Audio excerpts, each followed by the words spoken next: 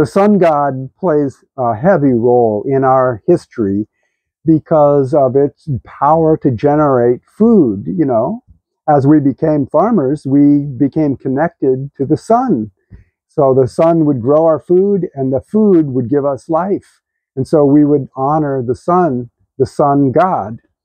And that's how the idea of being the son of God comes into being. It doesn't take anything away from Christianity or the purpose of Christianity, which is the golden rule. The golden rule is, if you don't know it already, to treat another person as you would want them to treat yourself. It's really a beautiful rule because it's asking you to love yourself as much as you would love another person, as you know, saying it in reverse. So first of all, you have to know how to love yourself, and we assume that everybody wants to love themselves in this golden rule, you know. And so that to take that love that you have for yourself and now give it to another person. And if everybody does that, then we will have genuine, authentic cooperation. The idea of human cooperation is the keystone. It's the apex to the story of human beings. Did you know that the first time we see brain development happen when we were primates still living in trees? It happens about 200,000 years ago that we see our brain just blooming into a new size and growing much bigger, allowing us to be much smarter. And that happens because we learned how to cooperate with each other. So we're living in trees as primates, and you know, we learned how to cooperate with each other, which gave that group who learned to do that more food.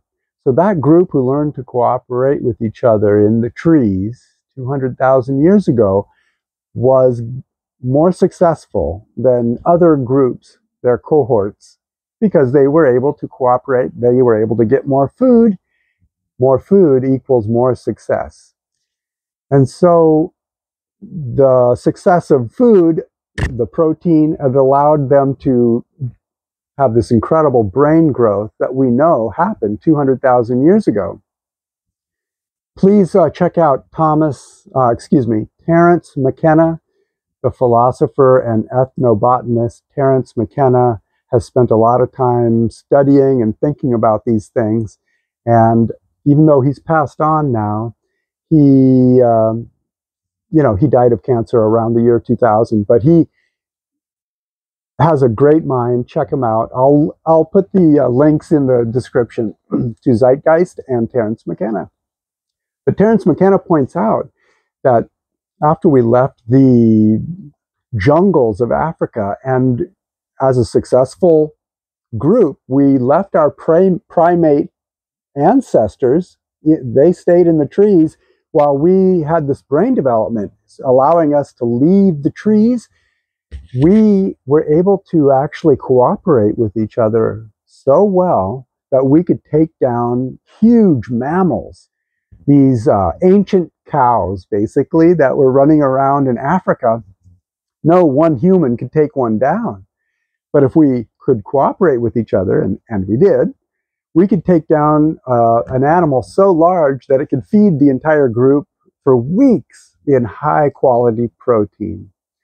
Well, the idea of cooperation is the golden rule. It's what it's all about. Well, to finish the story really quickly, we followed these cows, this new primate group with these bigger brains. We have left the jungle and our ancestors back in the jungle, and now we're moving forward, you know, as a new phylum or type or genus. And so we start following these cows and killing them and eating them. And as the thousands of years go by of doing that, we learned that mushrooms are growing out of the cow patties, the manure of the cows. And so we learned that we could eat those mushrooms And as Terrance McKenna points out, those mushrooms were psilocybin mushrooms. And the psilocybin psychedelic mushrooms allowed us to not only become better hunters because it gave us better vision, it allowed our reaction times to be faster, we could hear better, we could actually communicate better. But if you take a little bit more of the mushrooms, it will increase procreation. It will encourage sexual relationships and will increase the size of the human herd, which, was okay to do because we were able to cooperate with each other to get enough food to feed this increasing human group. Well, eventually, the mushroom eating allowed, about 50,000 years ago, he says, it allowed our brains to once again increase in size, massive size. And this gives us basically our modern brain of today. And so I just want to reiterate really quickly, massive brain growth is happening when humans learn to cooperate with each other using the golden rule. And then when we learn to eat a mushroom with psilocybin, that allowed us to become better hunters and to cooperate with each other even better, using our better reaction time, our better hearing and communication with each other. It probably is what, according to Terrance McKenna, eating mushrooms is probably what allowed humans to develop language, which, it helped us enormously in our cooperation for taking these large animals down and eating them. Well, soon after more, this is 50,000 years ago. Well, about 25,000 years ago, maybe a little more than that, we learned how to start farming. And farming was a technology that allowed us to stop having to follow these cows around and allowed us to stay in one place. And eventually we started creating cities, what became known as city-states. Before we had nations, we were smaller groups, and our city was identified as a nation. But, and eventually you get enough cities together, and that would be sort of the idea of a nation. I usually think of Italy, like, we had city-states of Venice, Florence, and Rome. And all those cities eventually, communicated with each other to create a loose idea of the nation of Italy. That was just all for example. But again, going back 50,000 years ago, much before Italy or Venice, you would see the idea of farming getting started. Well, farming is like any technology, it's a tool. I'll make sure it's a tool that we use that can either help us or hurt us. Of course, it helps us, it gives us more food. But my story today is to talk about how it ended up hurting us. What happened was, about 25,000 years ago, humans decided to encourage more farming by helping farmers get started. The way they helped a farmer get started was by giving them seed, giving them tools, maybe some animals, and get started on a farming adventure. If they failed on the farming adventure, they didn't owe anything to the group that gave them the seeds. But if they succeeded in their farming venture, they would give back what they were given and a little bit more to help out the rest of the group. So originally, these seeds that were given to farmers were held in something called a seed bank. The first banks in the history of the humans were actually called seed banks. And it was still being directed or administrated upon the golden rule, which is to help others as you would help yourself.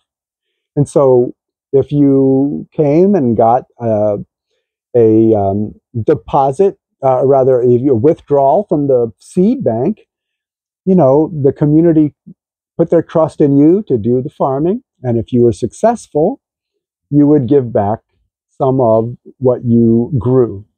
It was a real simple process. But about 25,000 years ago, a small group of men decided that they could control that process. And by controlling the seed bank, they learned that they could control the entire group of people. And so it was around that time that a small group of men, I'm sure it wasn't much more than, maybe there were women involved, but I doubt it. There were a small group of men decided that they could use the power of hoarding, taking the supply and the surplus away from the community and control the community using that power of hoarding the the supplies. You know, at first the seed banks were supplying agriculture equipment and seeds, but after a few thousand years later, these bankers decided that they could control us better if they convinced people to, instead of thinking about agriculture as a product, they got us to think about metal as the product, a product. And so eventually they got us into thinking that we needed to have metal instead of any kind of food commodity. And of course, you know, any kind of metal is obviously something that you can't eat, and it's not going to be beneficial unless you can use the metal, to buy food. And that's exactly what they wanted to do. They didn't want us to have a direct connection to the food anymore. They wanted to get into the middle. They wanted to be the middleman between every person's purchase, you know? And so what they did was they created money. That's how money gets started. Money is supposed to represent a commodity for exchange. And they convinced us that it would be, easier, which it wasn't, because it's heavier. It would, you would move metal around in boats, and it would be much heavier than moving corn and stuff like that. But as soon as they convinced the masses of people that we should hold money instead of food and grain, the gig was up. It was almost over by that point. That's when we see people beginning to go away from the golden rule and be much more selfish. And, selfish in the sense that instead of being a farmer who borrows seed and wants to grow enough food for everybody, we see people now borrowing metal so that they could make more metal, and that wouldn't necessarily always benefit the group. It usually can. Most banks are lending money, and people will start a business with that money that can help out the whole community. But the problem is that banks decide on what the money is being spent on. If you go to a bank and you want to get a loan, the bank decides on whether or not your idea for spending the money is worthy. And that's not how banks originally were set up. It was set up in a more open source situation. And if you failed, then, the society kind of absorbed that. It was like, we invested in you trying, and you gave an honest try. And if you failed, that's what we would have paid for you to try. And so I like to use the example of the modern TV show Shark Tank as how it used to be.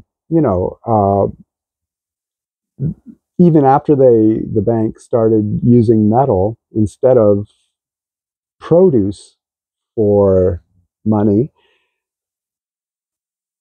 they were still involved in investing in ideas and in businesses. And they were invested in the sense that they participated in the loss. If they, thousands of years ago, if they were to lend you money, then you would try for it and you would lose. This is what I've said. But in Shark Tank, they still do that. So you can see the difference between modern banking and the old style of banking by looking at a modern bank and looking at the TV show Shark Tank. A modern bank is like this. You go in, you borrow money. If you can't pay the money back, the bank will take your house. They don't care why you lost your loan. They're not going to absorb that loss.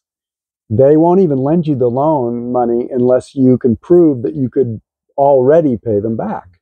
In a sense, the banks of today are taking no risk, and they're getting all the reward by putting themselves in the middle of every business deal you do. Well, in Shark Tank, they will give a person money, but they participate in the risk with that person. And that's more akin to the golden rule. What's good for you is good for me. That's why Shark Tank is so popular as a show, I think, because we can subconsciously, realize, we know that that's going on, that the sharks are actually trying to help these people who are trying to borrow money or get money for their business idea.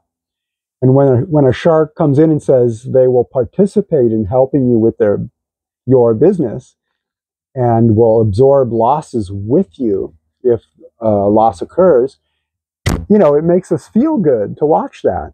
And that's because it's the golden rule right in front of our face on TV. And, it's funny too, ironic, because it's not the real golden rule. It's just it's a type of it. A real golden rule would be like what Jesus says, to lend freely and expect nothing thereby. That's the golden rule. But, you'll have what's that one guy on Shark Tank who says, Mr. Wonderful, who says, oh God, he's the worst. He really wants to be like the modern bank. He's the one guy on that show who's like the banker, who wants to lend you money and no risk and expects a return.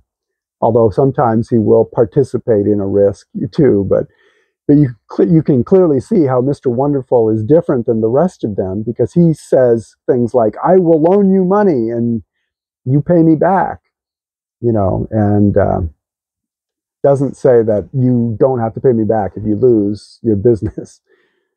So that's the difference. Modern banks take no risk. They used to take risk 100% for the benefit of society. Then, for thousands of years, they started to try to pull away from taking that risk and wanted you to pay everything back plus, more. And that's where the usury comes in. I mean, it's one thing to pay everything back. It's another thing to, say that if you can't pay it back, then you're going to be a slave, or, you have to give everything you own up and start with nothing, meaning your family goes hungry. That's what it turned into. And then, another thing altogether, what they do today, which is to ruin people. And, well, I guess it's kind of the same thing, right? I was going to say, yeah, they used to put people in prison if you couldn't pay your debt back. They used to turn you into slave. Indentured servitude is what they called it, or debtor's prison. You have done no, harm on another person. The only thing you couldn't do is pay the interest. You couldn't pay the loan back, and you weren't, robbing a bank or anything. You were trying to do something for the betterment of society with the loan money. But because the bank couldn't get their money back from you, suddenly you're a slave, or you're in prison, and your family has no food. Nobody cares about them or you. This is wrong. This is the problem in the world today. This is what banks are doing. There's so much surplus in the world of food. There should be zero people hungry. But because we have banks and loans and interest rates and usury, we have governments that are not sharing the food. Did you know that banks will lend money for war to both sides? And then, whoever loses, they'll lend more money to the loser so they can rebuild, which means banks encourage war. Why wouldn't they? They want kings to go to war. They will actually, if you really look into it, they have a history of encouraging kings to start a war they weren't even interested in, so that the banks could then loan the king money and the other side money. And, it's all about getting people to borrow the money. And some countries are smart enough to stay away from that. One of them was the United States. When we got created, when we started, the banking world, the bankers of the world, tried so hard to get into our country, and they finally succeeded. The last time that our country printed our own money for ourselves was during the Civil War with the greenback under, President Lincoln.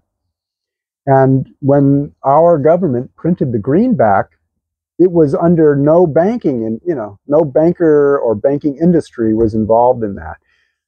And so it was free and clear our money.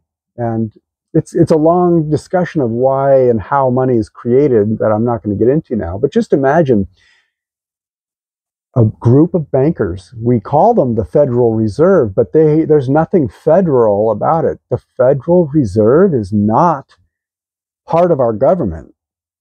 They sound like they are because it says Federal Reserve, right? But they're not. Federal Reserve has nothing to do with the United States government. The Federal Reserve is a group of the world's bankers that lend the United States money.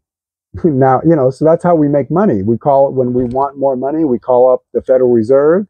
The Federal Reserve says, we allow you to print more money. And then our Treasury Department, which is part of our government, prints up the money. And then we pay an interest to the Federal Reserve. So let me just make sure you understand this.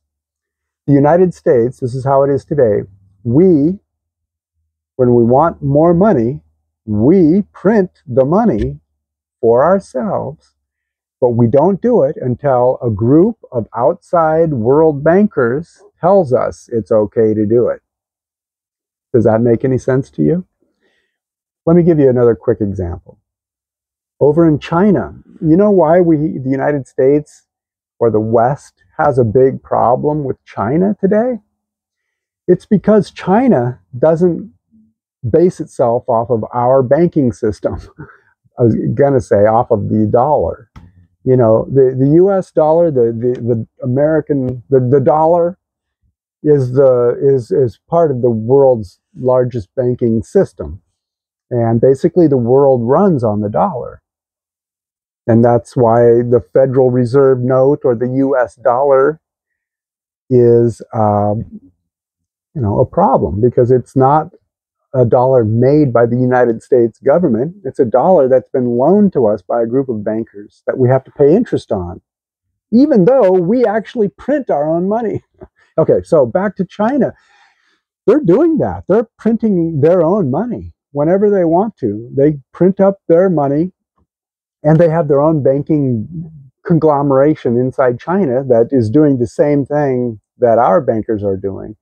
The problem is China's large banks and the West's large banks are not they're not in agreement. As soon as they get into agreement, someday, then we'll have that one world order. Not the new world, not new.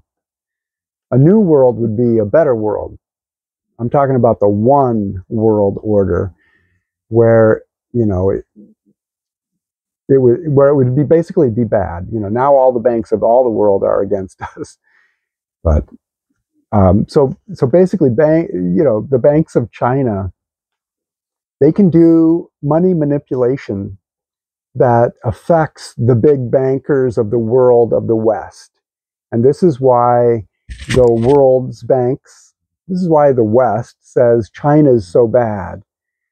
It's not so bad in the sense that, people in China don't want to hurt us. They're not so, they've proven that they are not bad communists in that sense. I mean, not any worse than the United States. But the reason that we have a problem with China is the only reason we have a problem with them is because they have their own money, the yuan, and they control their own interest rates. And our bankers of the West don't want anybody to have control of money. And so that's why there's this China and the United States dichotomy, because we don't want China to have control of the money of the banks. So, I'm sure at some point they're going to get on board with each other. But there's a long history of, societies that are pushing back against these big banks, this banking group. Again, this is a group of men that started power and control over the masses about 25,000 years ago. And they learned how to manipulate and hoard the money, food, energy supply, and use that supply against the people, the group. And this is something that they've organized and perpetuated. And it's hard to believe almost, but they've been doing it for 25,000 years. If you can believe, there's a real inside-outside dichotomy in this world of banking. And I'm trying to give an example.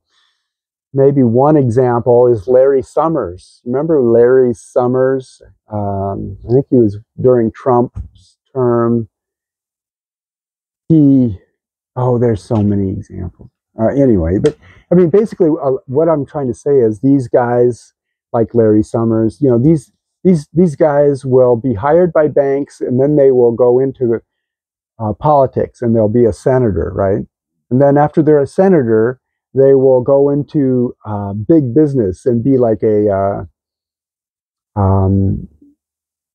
person who tries to get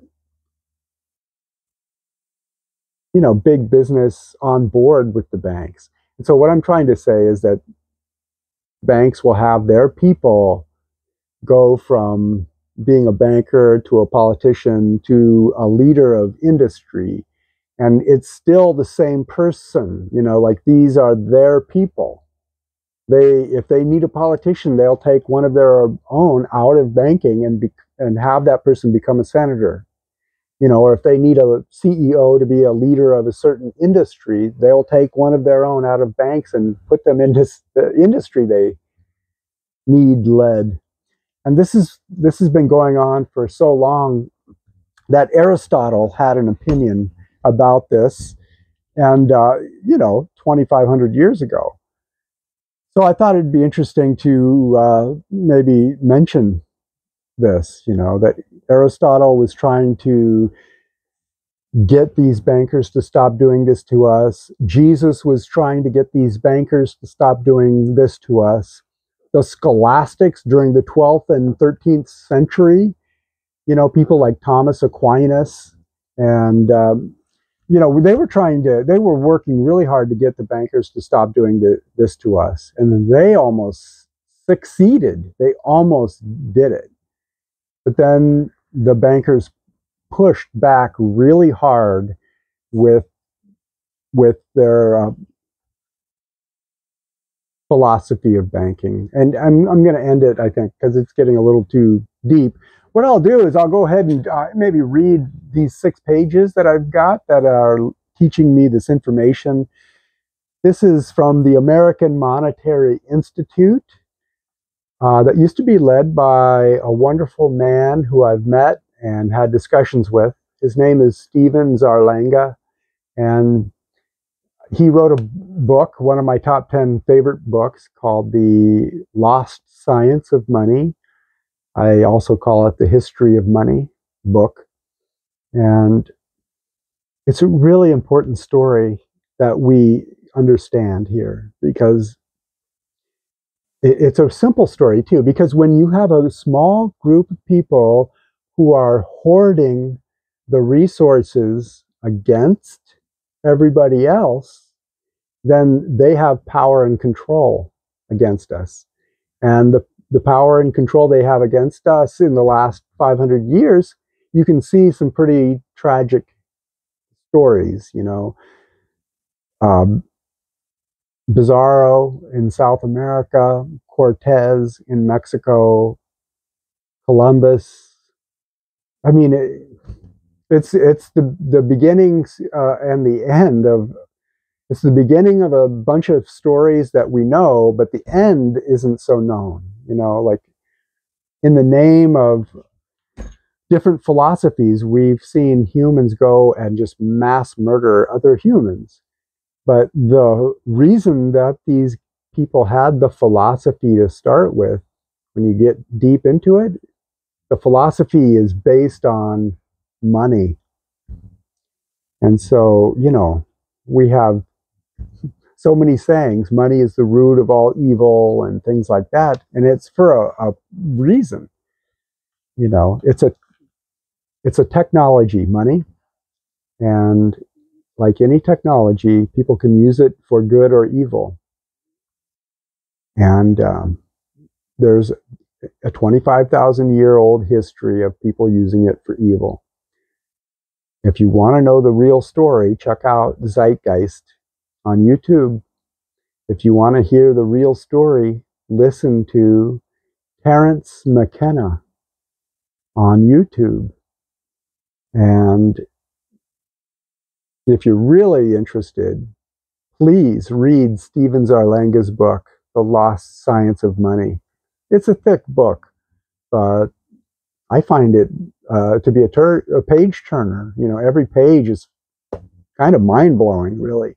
And the primary source information is 100%. I mean, he's not saying anything but primary source information in this book of his, by the way.